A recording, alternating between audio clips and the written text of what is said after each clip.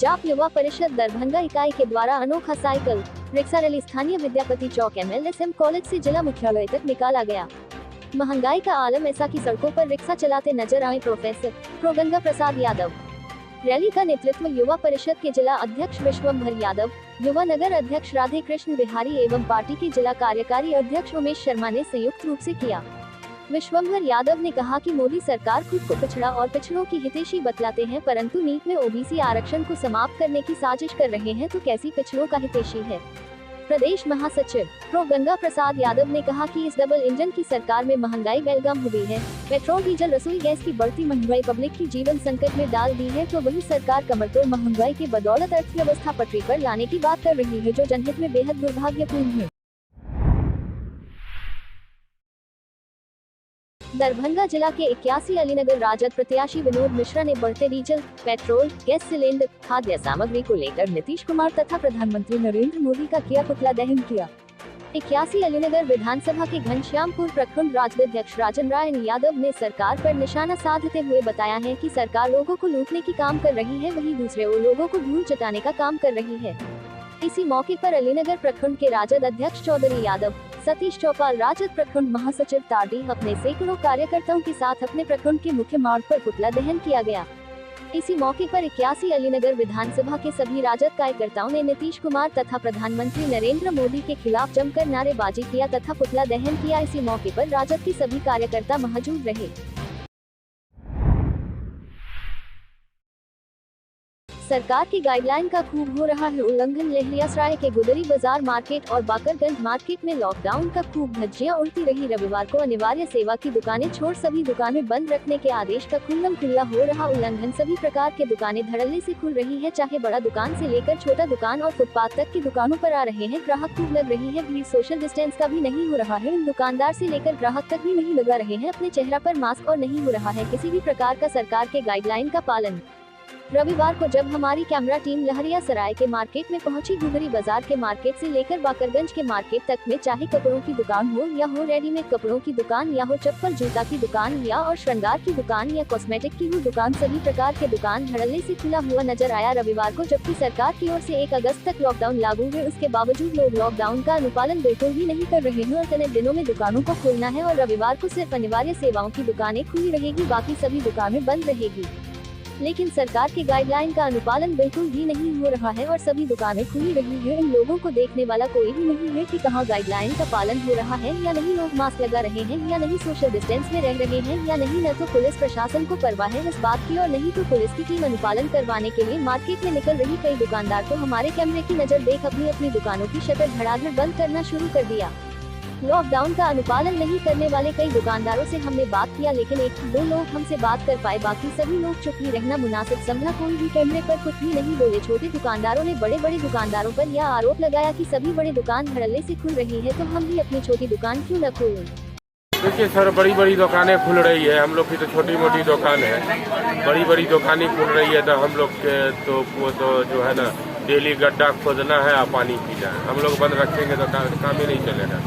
लगाते हैं मास्क, अभी खाना खाए हैं ना, लेकिन आपका दुकान में जो कस्टमर है उनको भी देख रहे हैं मास्क नहीं लगाए। बंद घरों का ताला तोड़ चोर ने बनाया घर को निशाना, अंधेरा का फायदा उठाकर सारा सामान लेकर भागा। मामला विश्वविद्यालय थाना क्षेत्र का। वही हमारे संवाददाता से बात करती है मकान मालिक है नीलम सिन्हा ने कहा कि हम लोग घर से बाहर गए हुए थे। जब हम लोग अपने घर पर आए हैं तो देखे कि हमारे घरों का सारा ताला टूटा हुआ था। उसके बाद जब हम अंदर आए तो देखे रूम का भी ताला टूटा हुआ था। उसके बाद बहुत सारा सामान चोरों ने चोरी कर लिया। वहीं मैंने बहू के कमरे में जो अलमारी है उसका ताला तोड़कर उसमें रखा चांदी का कुछ सामान चोरों ने चुरा लिया। कुछ कैश भी चोरी कर लिया, यानी कि लगभग 1 लाख रुपए का इस घर में चोरी किया गया है। घर में अभी हम आए हैं पटना से, तो देखिए सब ताला टूटा हुआ। घर में आए तो देखिए सारे रूम का ताला टूटा हुआ, सारा अलमारी खुला हुआ, सारा पलंग दीवान सारा उखड़ा हुआ, पूरा उजाड़ किए हुआ।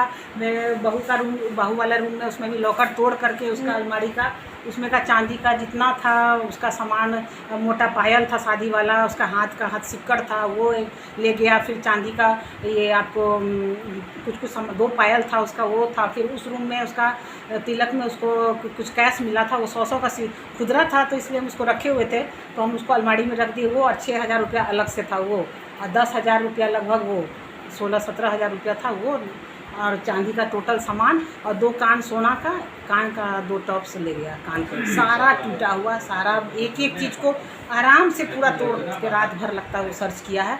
और एक पूरा दीवान को उधेड़ दिया, अलमारी उधेड़ दिया।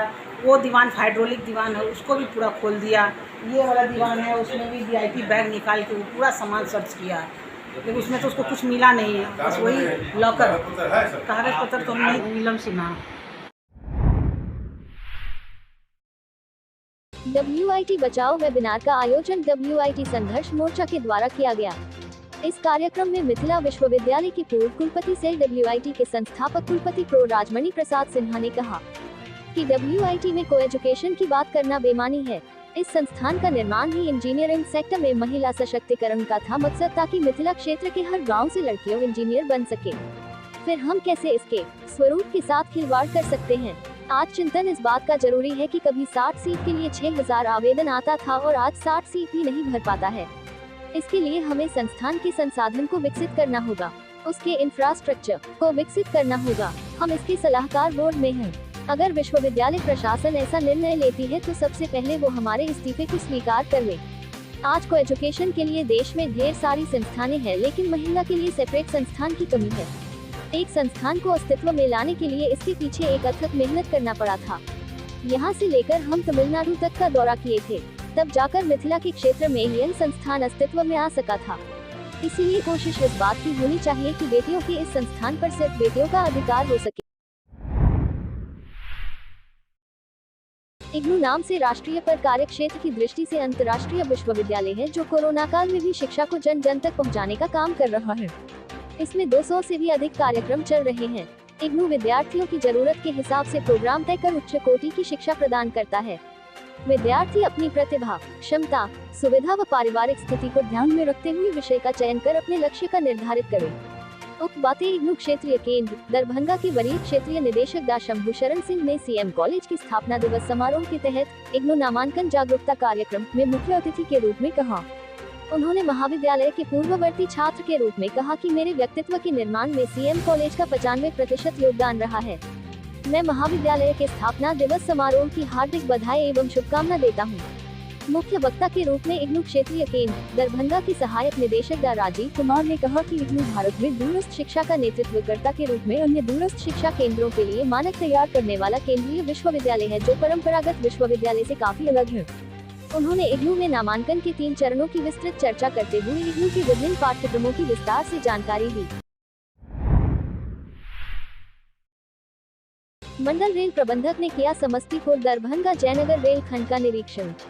आज श्री अशोक माहेश्वरी मंडल रेल प्रबंधक समस्तीपुर ने समस्तीपुर दरभंगा जयनगर रेल खंड के जयनगर, मधुबनी एवं पंडौल स्टेशन पर यात्री सुविधा का निरीक्षण किया। अपने निरीक्षण क्रम में उन्होंने सभी संबंधित अधिकारियों को आवश्यक निर्देश दिए।